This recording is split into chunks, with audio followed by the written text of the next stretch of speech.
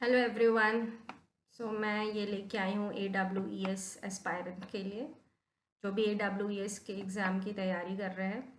Army welfare education society exams tentatively सितंबर में होने वाले हैं and this is for the students for the BGT biology. Even TGT वाले भी इस क्लास को कर सकते हैं।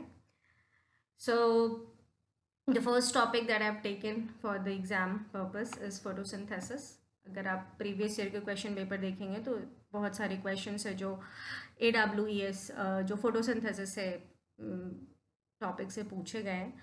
So in this we are going to discuss about C3 and C4 cycle, जिसमें बहुत ज़्यादा कन्फ्यूज़न होता है, और इसके साथ साथ इसमें फोटो रेस्पिरेशन के भी कॉन्सेप्ट को we will deal. So let's start the session since ये टॉपिक काफ़ी लेंदी है और इसमें बहुत सारे कॉन्सेप्ट हैं। So without wasting a time we can start the session. अगर आपको कोई भी डाउट रह जाता है इस सेशन के बाद तो आप मुझसे कमेंट बॉक्स में पूछ सकते हैं। सो let's start C3 and C4 cycle. So first, what is the C3 and C4 cycle? You know कि फोटोसिंथेसिस एक सिंपल प्रोसेस है जिसमें कि हम कार्बन डाइऑक्साइड एंड वाटर को यूज़ करते हैं and we prepare glucose, which is C6H12O6, right? Or then we use this and then the oxygen comes out, right? Basic process यही है फोटोसिंथेसिस का, जिसमें हमारा पर्पस है कि हम ग्लूकोज प्रिपेयर करें और ऑक्सीजन रिलीज़ करें। बट जब ये प्रोसेस पढ़ा जा रहा था, व्हेन द फोटोसिंथेसिस के प्रोसेस को समझा जा रहा था, at that time scientist came Melvin. He he and his colleagues ने ये जानने की कोशिश की कि what how does carbon dioxide utilized, कि हम कार्बन डाइऑक्साइड को कैसे यूज़ कर रहे हैं so that we get the glucose. तो यहाँ पे जो आपको वाटर मॉलिक्यूल दिख रहा है, जब वाटर मॉलिक्यूल स्प्लिट्स होता है तो ये ऑक्सीजन रिलीज करता है। Along with that it also release the hydrogen, जो कि हाइड्रोजन वापस कार्बन डाइऑक्साइड में बाइंड होता है and you get the product glucose. But the question is कि ये कैसे बाइंड हो रहा है, how carbon dioxide is fixating in the plant and how it's giving the product, that is glucose. So for that we have a different cycle, C3 and C4 cycle. You know, we have a chloroplast. Inside the chloroplast we have thylakoid and we have stroma.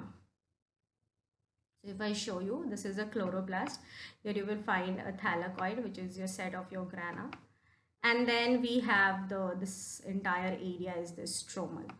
In this stroma cell, basically the C3 cycle take place in the stroma. Now what happened? Try to understand the concept here. The light falls. During the light reaction, the grana will form two things.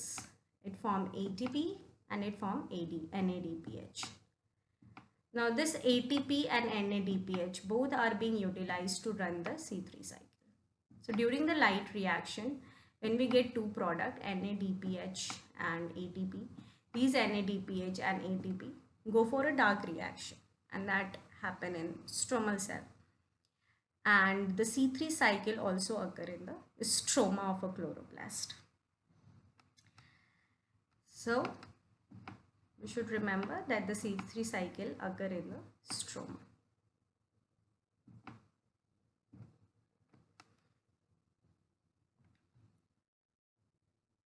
Then, so yes, you can see the light dependent reaction which happen in the thylakoid, right? It produces ATP and NADPH. This ATP and NADPH is being utilized in our C3 cycle, which is also known as Calvin cycle, that takes place in the stroma. Okay, so let's see C3 cycle. First of all, it occurs in all plants. So C3 cycle, it doesn't matter whether the plant has carrying a C4 cycle or not. Like C3 cycle is universal. It occurs in all green plants. The enzyme that basically play role is the Rubisco, and the purpose of Calvin cycle is to form the glucose. In the Calvin cycle, if the plant undergoing Calvin cycle, that plant also can have chance to undergo photorespiration, and photo respiration only happen, ये तभी होगा जब बहुत ज़्यादा heat हो और stomata close हो जाए लीव्स का, तब फोटो रेस्पिरेशन होगा. Otherwise in normal condition plant do C3 cycle. अगर कंडीशन फेवरेबल है, प्रॉपर टेम्परेचर है, तो C3 cycle will take place. If the condition is not proper और if it is too much heat that the plant don't want to lose water, so it shut down its stomata.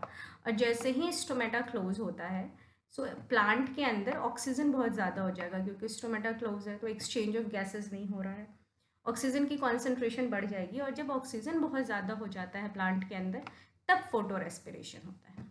ठीक है, तो photo respiration के कुछ drawback है. This is not a good process, ये plant के लिए एक यूजलेस प्रोसेस है.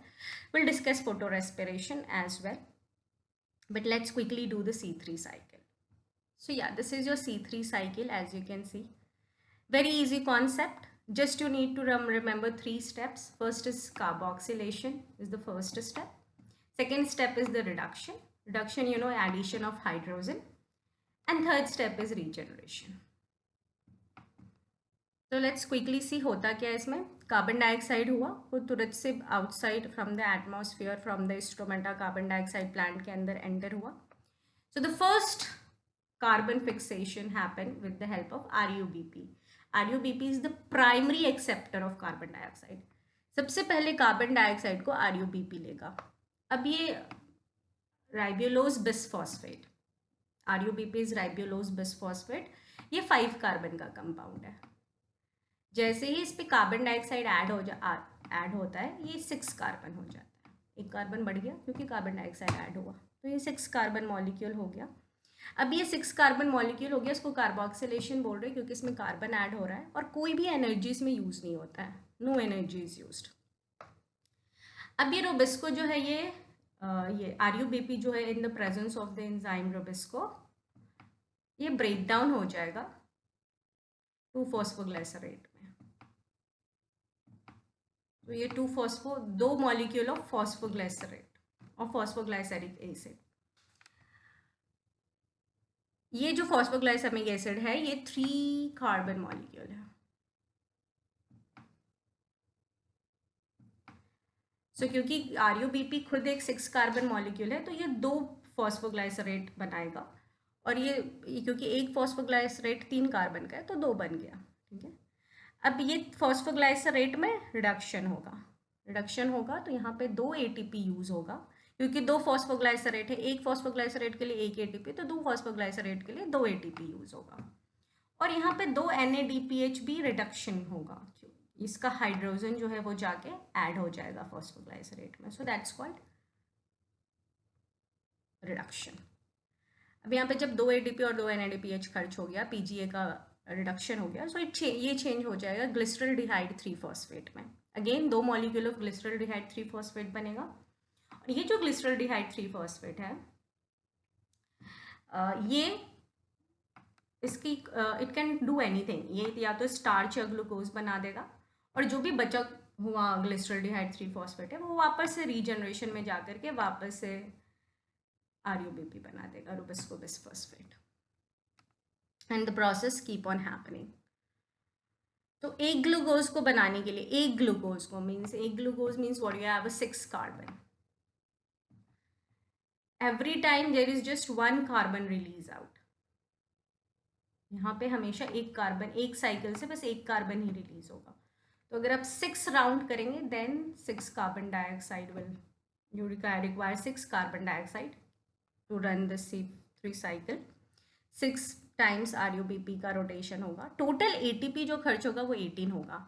यहाँ पे 12 और यहाँ पे एक ATP एक्स्ट्रा जा रहा है, सो 6 + 12 18 ATP will be used. 12 NADPH use होगा और 2 ग्लिसरल्डिहाइड 3-फॉस्फेट बन रहा है. ठीक है, to make 1 glucose molecule. Now the question is, इसको हम C3 साइकिल क्यों बोल रहे हैं? क्योंकि इसमें जो फर्स्ट स्टेबल कंपाउंड है वो हमारा वो है 3 carbon compound, that is phosphoglycerate. Okay, now after this, the next process, photo respiration, we will do in our next session. Meanwhile, kindly subscribe and press the bell icon. Thank you.